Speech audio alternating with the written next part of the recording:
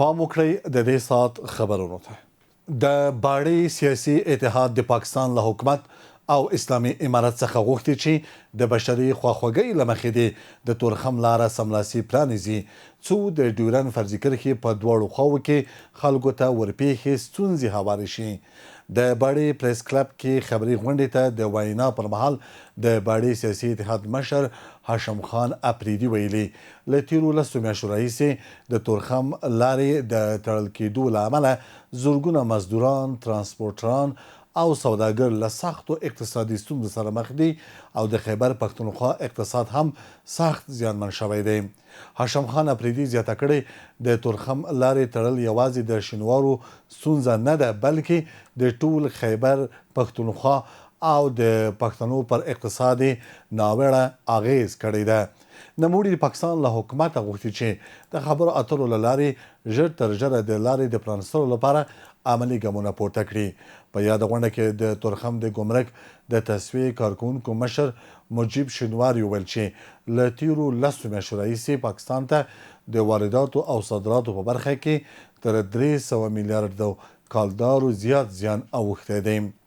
ټاکل شوې ده چې د تورخم لارې د تړل پاتې کېدو پر ضد به د اګست په 2 نیټه په لنډي کوټل کې یو احتجاجي ولسي غونډه هم ترسره شي. د ایران پوځ ادعا کوي چې ځواکونه د کویت په احمد جابر هوایي اډه کې د امریکا پر ستراتیژیکو پوځي تاسیساتو د بې پیلوټ الوتکو برید کړی دی. د تسنیم خبري اژانس د راپور له مخې د ایران پوځ په یوه اعلامیه کې ویلي چې په دغه برید کې د هوایي اډې ځالې د سپوږمکۍ مخابراتي سیستمونه او د تجهیزاتو ګدامونه په نښه شوي. د ایران پوځ ویلي د تندر عملیاتو د 28مې څپې په لړ کې او د امریکا له هغو وروستیو بریدونو سره د غبرګون په توګه چې د ایران پر خاوره ترسره شوي د قشم ټاپو پر یوه ملکي استوګنځي د مرګوني برید په ګډون د ایران وسلوالو ځواکونو څو ساعته مخکې ځانمرګي بې پیلوټې الوتکې د جنګي الوتکو پر هدفونو د برید لپاره توغولې دي. بلخوا امریکا پر ایراني اهدافو تازه درانه بریدونه کړي دي. امریکایي چارواکو ویلي دا بریدونه د درنو او پراخو بریدونو برخه ده. د راپور له مخې د امریکا او د ایران ترمنځ پوځي کړکېچ لا هم روان دی او امریکایي ځواکونه په سیمه کې د ایران پر پوځي موخو خپلو عملیاتو ته دوام ورکړی دی. د بخښنې نړیوال سازمان د اروپایي ټولنې د غړو هیوادونو کورنیو چارو وزیرانو ته په یوه پرانیستي لیک کې له دغو هیوادونو غوښتي چې افغانستان ته د افغان کډوالو د ایستلو پروګرامونه ودروي او له اوسنیو افغان چارواکو سره هر ډول همکارۍ پای ته ورسوي چې د دغو کسانو د جبري بیرته ستنېدو لامل کیږي. په ورته وخت کې د برټانیا د ولسي جرګې دفاعي کمیټې ویلي چې د شاوخوا 15,000 افغانانو د شخصي معلوماتو افشا کېدل د دغه هیواد د دفاع وزارت یوه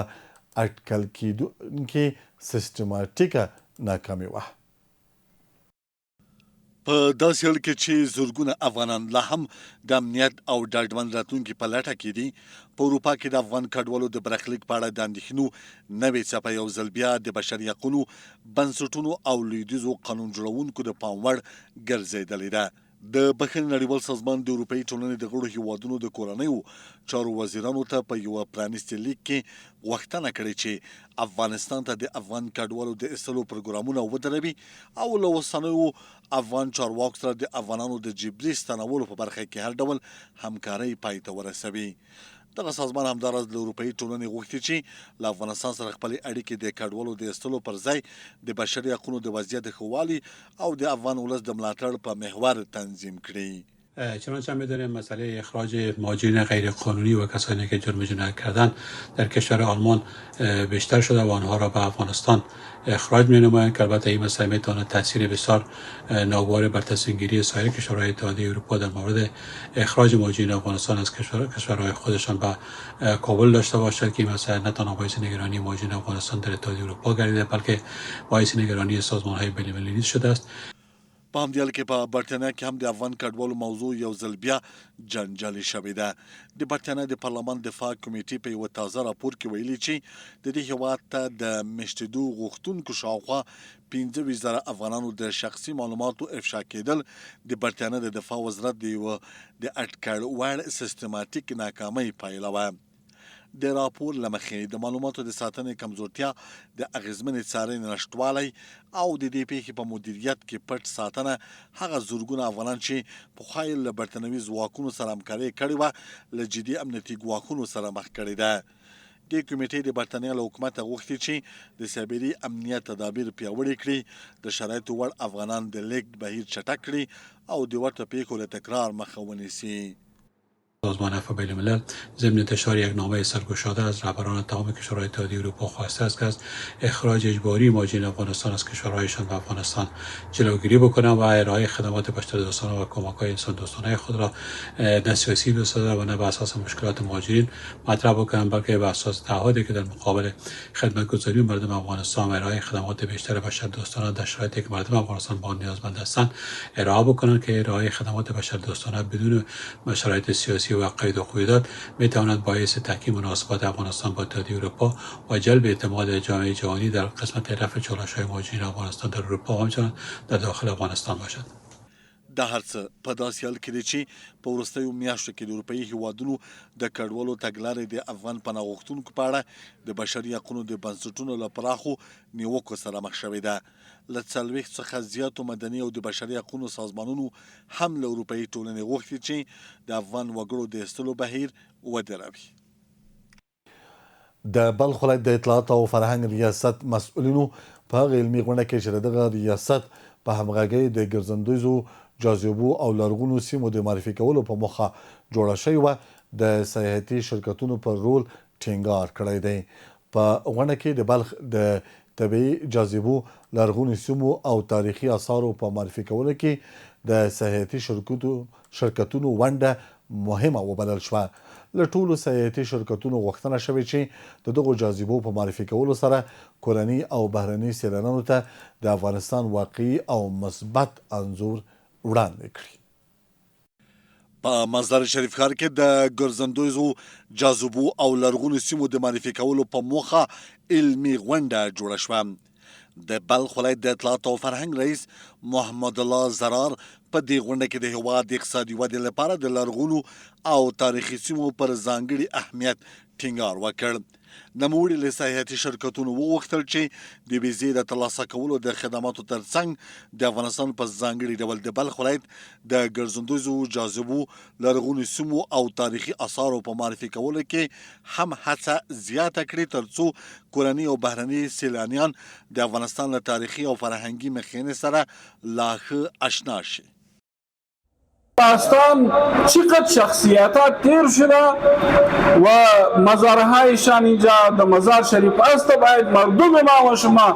و مردم ملت افغانستان بیاید از اینامی عبیدات تاریخی سیر و سیاحت بکنه و اونها را معرفت داشته باشه. له بلې خوا د ځینو سیاحتي شرکتونو مسؤلینو ډاډ ورکړ چې د ویزو د خدماتو ترڅنګ به د بلخ د تاریخي او سیاحتي ځایونو د معرفي کولو لپاره هم کار وکړي څو